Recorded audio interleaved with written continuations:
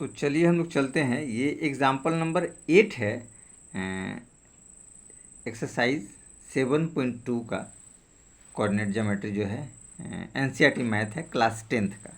ठीक है, पिछले वीडियो में हम लोग 7 तक किया था। तो अब आगे चलते हैं, देखते हैं कि ये क्या कहना चाह रहा है।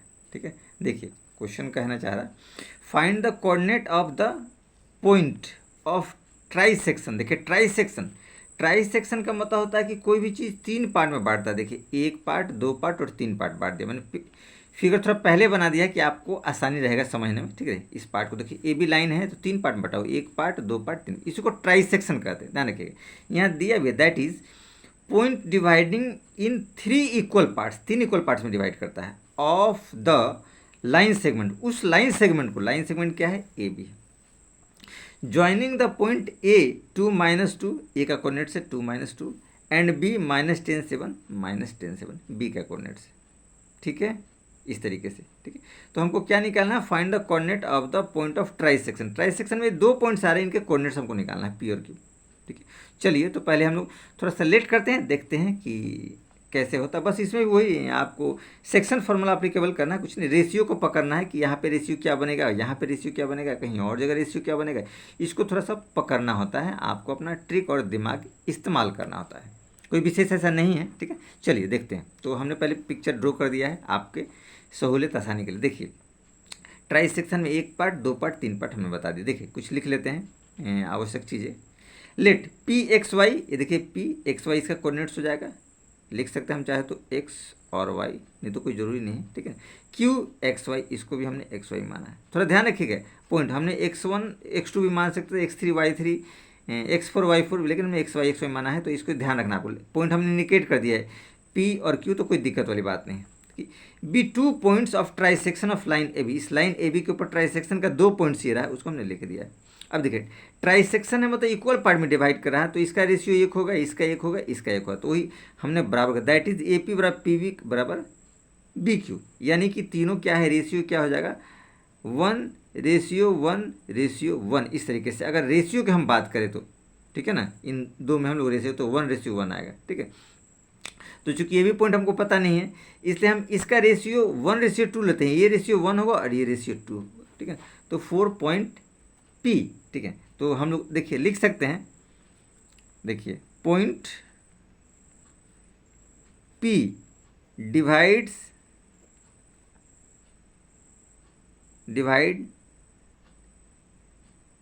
Line segment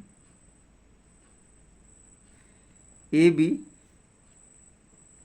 into 1:2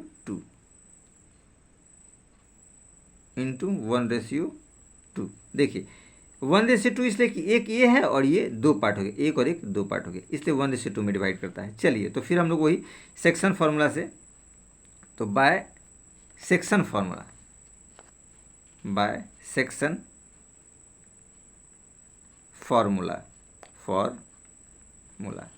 section formula से क्या हो जाएगा, देखिए फॉर पॉइंट पी के लिए, पॉइंट के लिए उसका एक्स कोऑर्डिनेट्स। देखिए तो फार्मूला हम लोग जानते हैं, ठीक है ना, फार्मूला आप जानते हैं। फार्मूला क्या जानते हैं आप, फार्मूला जानते हैं m1x2 प्लस m2x1 बटे m1 प्लस m2।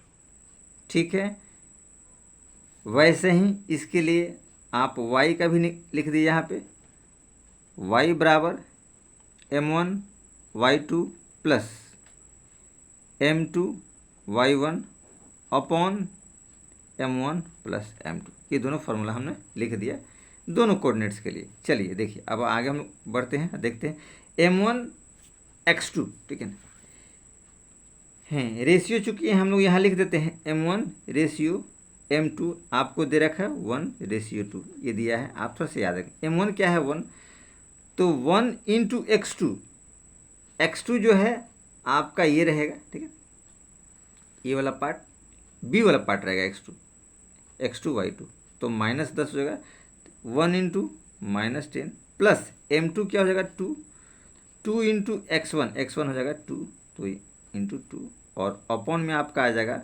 1+2, ये हम लोग लिख देंगे, ठीक है। तो ये रहा। अब इसका देखिए हम लोग मान निकाल लेते हैं, -10 + 2 × 4 और अपॉन 2 3। अब देखिए क्या हो जाएगा, 4 में से 10 जाएगा तो -6, क्योंकि कम से ज़्यादा घटा है, और अपॉन 3 तो 3 2 6। तो ये रिजल्ट आया -2, यानी कि x निकला -2। अब y वाला पार्ट ले लीजिए, क्योंकि यहाँ लाइन घेर सकते हैं कि आपको आसानी हो। देखिए तो m1 क्या दिया है 1, लाइन खींच दी, 1 × y2। देखिए y2 में हम लोग देख लेते हैं, y2 क्या दिया है आपका 7 दिया है। तो 1 × 7 प्लस m2 दिया है 2 × y1। आप देख सकते हैं y1 क्या दिया है -2, तो 2 × -2 और क्या हो जाएगा, ये 1 + 2 हो जाएगा। तो हमारे पास क्या रिजल्ट आया, 1 7 करेंगे तो 7 और -4 और अपन 3, तो 7 से 4 जाएगा तो 3/3 कट गया। तो क्या रिजल्ट आया 1, यानी कि y = 1 आया। तो हमारे पास इसका पॉइंट्स निकला, किसका, p का पॉइंट्स निकला -2 1, ठीक है। तो हम लोग लिख सकते हैं p का पॉइंट्स जगह -2 1, ठीक है ना। ये p का हम लोग को निकल गया, ठीक है ना, ये p वाला पार्ट हम लोग को निकल गया। अब हम लोग को निकालना है आपको q, ठीक है ना। तो आप लोग चलते हैं हम लोग q के लिए, ठीक है ना। अब चलते हैं हम लोग q पार्ट के लिए और देखते हैं कि q पार्ट में कैसे उसका मान निकलता है। चलिए देखिए, तो हम लोग चलते हैं फिर वैसे q पार्ट में।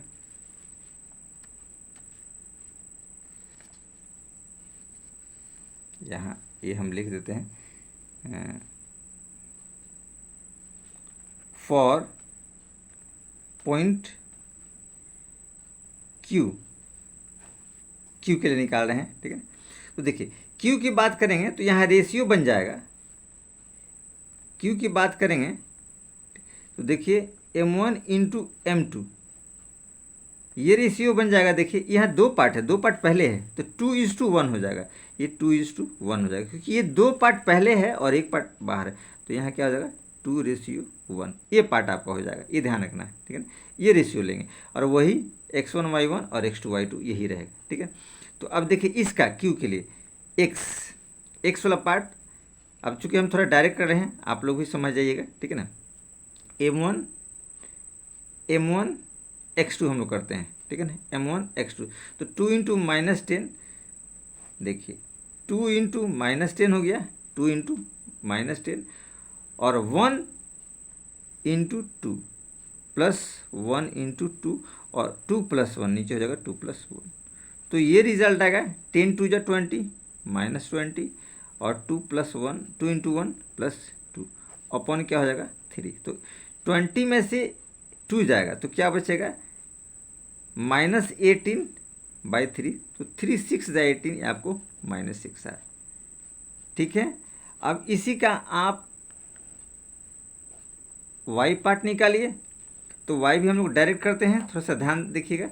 m1 2 दिया है तो 2 × y1 7 प्लस m2 1 दिया है 1 × y1 -2 -2 और नीचे हो जाएगा आपका 2 + 1 तो क्या रिजल्ट है 7 2 × 14 और 2 1 × 2 -2 और अपॉन 3। तो क्या रिजल्ट आएगा 14 में से 2 जाएगा तो बचेगा 12/3, तो 3 4 × 12। तो हमारे पास क्या रिजल्ट आया 4 आया। इस तरीके से क्या निकला -6 और 4। तो हम लोग लिख सकते हैं Q पॉइंट्स का निकलेगा -6 और 4, ठीक है। ये आपको निकल गया, ठीक है ना, -6 और 4। तो ये आपने देखा इस तरीके से दोनों हम लोग का निकल गया। ये Q का निकला और P का हम लोगों ने निकाला था -2 और 1, तो दोनों हम लोग का निकल गया। तो इस तरीके से ये भी सवाल हम लोग का कंप्लीट हो गया। चलिए चलते हैं नेक्स्ट सवाल आपको 9 नंबर की तरफ और देखते हैं कि क्वेश्चन नंबर 9 क्या कहना चाह रहा है। ठीक है। उसके अकॉर्डिंग हम लोग कुछ काम करते हैं, देखते हैं। क्वेश्चन नंबर 9 आपका कहना चाह रहा है, देखिए ये रहा क्वेश्चन 9, ठीक है ना। क्वेश्चन थोड़ा सा हम लोग पहले से लिख दिए हैं कि आपको प्रॉब्लम ना हो, ठीक है ना। देखिए, find the ratio in which the Y axis divides the line segment joining the points P 8 -4 and Q -1 -3। Also find out the point of intersection. Point of intersection भी ज्ञात करना है, और find the ratio in which, किस ratio पे Y axis divides, ठीक है ना, वाई एक्सिस डिवाइड करा उसने, मतलब ये लाइन जो वाई एक्सिस पे है तो वाई कोऑर्डिनेट और एक्स 0 हो जाएगा, ठीक है। और इस पॉइंट्स को हम लोग थोड़ा सा कुछ मान लेंगे। देखिए हमने कुछ पहले डायग्राम हमने बना दिया है, पी और क्यू दे दिया है, और ये वाई एक्सिस पे ये आपका पॉइंट्स रहा, तो 0 और वाई हमने ले लिया है। इसका कोऑर्डिनेट्स को खैर दिया हुआ, देखिए let the ratio be m1 m2। Ratio तो हम लोगों ने मान लिया, कोई दिक्कत नहीं, m1 m2, ये तो बहुत अच्छी बात है, m1 और m2 ये होना भी चाहिए, ठीक है ना, क्योंकि मानना है।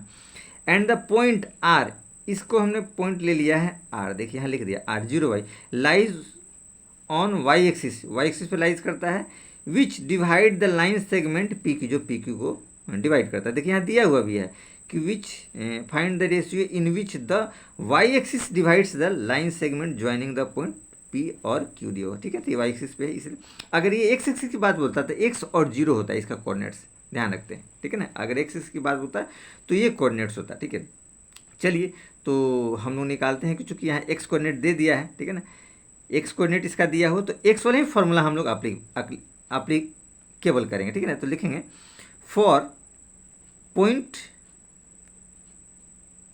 आर, ठीक है ना, इस पॉइंट आर के लिए, ठीक है ना, ध्यान से देखिए, आर के लिए एक्स लेते हैं, एक्स का कोऑर्डिनेट्स क्या हो जाएगा, वही हो जाएगा m1 x2 plus m2 x1 बटे m1 प्लस m2। देखिए तो मान आप भर दीजिए, m1 तो एज इट इज़ रहेगा, और x2 क्या हो जाएगा -1, प्लस m2 तो एज इट इज़ रहेगा, x1 क्या हो जाएगा 8, और अपॉन में हो जाएगा m1 प्लस m2। चूँकि x 0 दिया है तो आप यहाँ 0 एज इट इज़ पुट कर दीजिए। देखिए यहाँ हो जाएगा -m1 प्लस 8m2, और अपॉन ये क्या हो जाएगा m1 प्लस m2। ये रिजल्ट हो गया। अब चूंकि देखिए इसको जब इसे मल्टीप्लाई करेंगे तो 0 हो जाएगा ये टर्म, ठीक है, तो ये टर्म बचेगा, ठीक है ना। इसको जब मल्टीप्लाई करेंगे तो क्या हो जाएगा 0, तो इसको हम लिखेंगे -m1 plus 8m2 is equal to ये वाला टर्म क्या हो जाएगा 0 हो जाएगा, ठीक है। अब देखिए इसको लेफ्ट राइट करके m1 m2 निकाल दीजिए, कोई बड़ी चीज़ नहीं है। देखिए हम क्या करते हैं, इस m1 को दूसरी तरफ लेकर के चले जाते हैं, या m1 रहने दीजिए, -m1 इजकल टू इसको ले जाइए -8m2, दूसरी तरफ गया। अब देखिए हम क्या करते हैं, m2 को इधर लाते हैं, तो चूँकि दोनों तरफ माइनस है तो पहले माइनस हटा दीजिए। ये देखिए m1 और m2 को इधर लाइए तो ये हो जाएगा m2। यहाँ क्या बचा 8, यहाँ कुछ नहीं है 1 है, तो 1 को इधर लाइए, चाहे रहने दीजिए 1 की, ऐसे नीचे हम 1 लिख सकते हैं।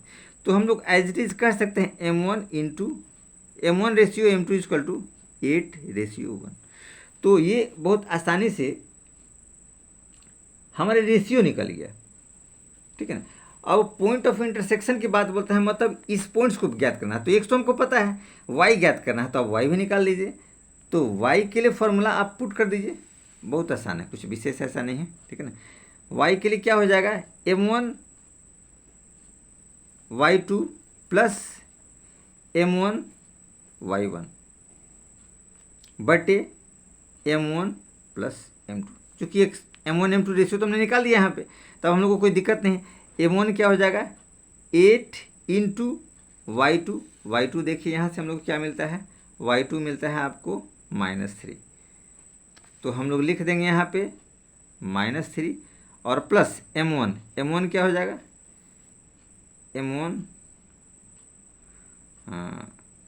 m1 रहा और y2 रहा, प्लस m2, यहाँ m2 रहेगा, तो m2 क्या हो जाएगा 1 इंटू y1, y1 आप देखिए यहाँ पे y1 क्या है -4 है, तो -4 यहाँ पे लगाइए -4, और अपॉन में आपका हो जाएगा m1 m2 8 + 1।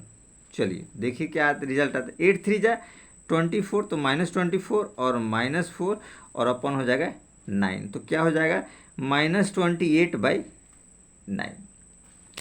तो आपको क्या पूछा था, पॉइंट ऑफ इंटरसेक्शन, मतलब इसका पॉइंट पूछा था, तो P का पॉइंट्स क्या हो जाएगा, तो P का पॉइंट्स हो जाएगा 0 और y की जगह -28/9। तो ये हमारे क्या हो गया, आंसर हो गया। तो इस तरीके से हम लोगों ने देखा, हम लोग का ये क्वेश्चन बहुत आसानी से हो गया। ये क्वेश्चन नंबर 9 था। चलिए क्वेश्चन नंबर 10 की तरफ बढ़ते हैं और देखते हैं कि क्वेश्चन नंबर 10 क्या कहना चाह रहा है, ठीक है ना। और ये हम लोग का इस 7.2 एक्सरसाइज का लास्ट आई थिंक एग्जाम्पल है, ठीक है ना।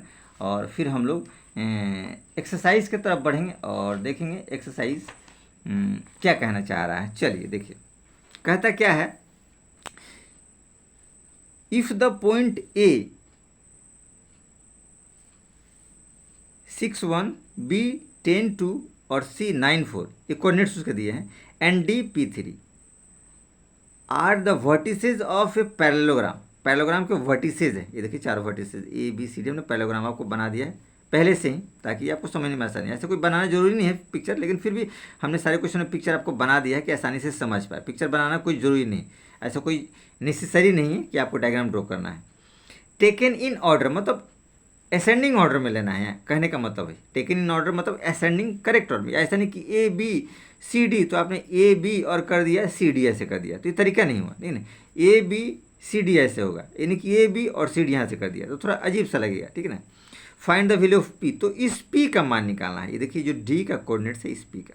चलिए, चूँकि हम लोग जानते हैं कि डायगोनल्स जो होता है ना वो बाइसेक्ट करता है बराबर भाग में, वही हमने लिख दिया, we know that diagonals of parallelogram bisect each other. देखिए पैरेललोग्राम का डायगोनल्स है, ये दोनों बराबर भाग में बाइसेक्ट कर रहे हैं, ये और ये, चाहे आप पैरेललोग्राम हो या स्क्वायर हो या रेक्टेंगल हो, इसका डायगोनल्स जो होता है बराबर भाग में बाइसेक्ट करता है। क्लियर है, ये आप ध्यान रखिएगा, ठीक है। छोटा छोटा सा चीज़ है, कोई विशेष नहीं, लेकिन थोड़ा माइंड कॉन्सनेंट रखिएगा, ठीक है। ये दोनों बराबर होगा, ये जितना होगा उतना ये होगा और ये जितना होगा उतना ये होगा, ठीक है, क्योंकि डायगोनल्स को बराबर भाग में बाइसेक्ट करता है, हमने लिख दिया। So the coordinate of the mid point of AC, ये देखिए AC का जो एक कोऑर्डिनेट्स होगा मिड पॉइंट वाला, ठीक है ना, बराबर होगा इसके कोऑर्डिनेट्स के मिड पॉइंट के बाद, तो वही दिया है AC is equal to the coordinate of the mid point of BD वाले कोऑर्डिनेट को, यानी ये इससे निकलेगा, इस वाले से कोई आपको सेक्शन फार्मूला से, ये दो रेशियो बराबर 1:1 हो गया, x1 y1 x2 y2, और यहाँ भी देखिए 1:1 रेशियो हो गया और x1 y1 और x2, तो दोनों बराबर हो गए। आगे फिर देखिएगा, here Q is the mid point of diagonals, ये देखिए इसको हमने Q माना है, इसको हमने क्या माना है Q, ध्यान रखिएगा, ये जो पॉइंट है, ये जो पॉइंट है आपका Q हमने माना है, ये जो पॉइंट है, ठीक है ना। Q is the mid point of the diagonals AC and BD, ये मिड पॉइंट्स है AC का भी और BD का, ठीक है। तो चलिए हम लोग अप्लीकेबल करते हैं मिड पॉइंट वाले, तो किसके लिए, फॉर लाइन AC, यहाँ देखिए फॉर लाइन सेगमेंट AC, ये देखिए AC के लिए हम लोग करते हैं मिड पॉइंट्स Q वाले पॉइंट्स पे, देखिए Q, ठीक है ना, पॉइंट Q, ठीक है ना, Q में x कोऑर्डिनेट्स हम लोग निकालते हैं, Q का x कोऑर्डिनेट्स आपका क्या होगा, ये देखिए ये मिड पॉइंट्स है, तो मिड पॉइंट्स का हम लोगों ने फार्मूला पढ़ा था, आपको थोड़ा सा याद दिला देते हैं कि फार्मूला हम लोग का मिड पॉइंट्स का था कि x² + y², बहुत आसान सा फार्मूला था जो हम लोगों ने अभी कुछ देर पहले आपने देखा था। ये देखिए ये फार्मूला आ गया आपका स्पेशल केस में, x1 x2/2 और y1 y2/2, ये फार्मूला हम लोग का एप्लीकेबल होगा स्पेशल केस में मिड पॉइंट वाले में, ठीक है ना। तो इसी फार्मूला को हम लोग अप्लीकेबल करते हैं, तो ये आ जाएगा आपका x1 + x2/2, तो हो जाएगा देखिए यहाँ पे 6 और 9, तो 6 + 9/2, तो 9 6 क्या हो जाएगा 15/2, x निकला। इसी का y आप निकाल दीजिए, तो y क्या निकलेगा 1 + 4, 1+4 और बाई 2 हो जाएगा। हमने यहाँ फार्मूला नहीं लिखा y1 + y2, ध्यान रखिएगा, हमने यहाँ फार्मूला नहीं किया है। y1 + y2 आप लिख सकते हैं, जो यहाँ फार्मूला आपका है। ये देखिए x1 x1 + x2/2 और y1 + y2, तो यही वाला फार्मूला हमने यहाँ कर दिया है। तो 4 × 5 यानी कि 5/2।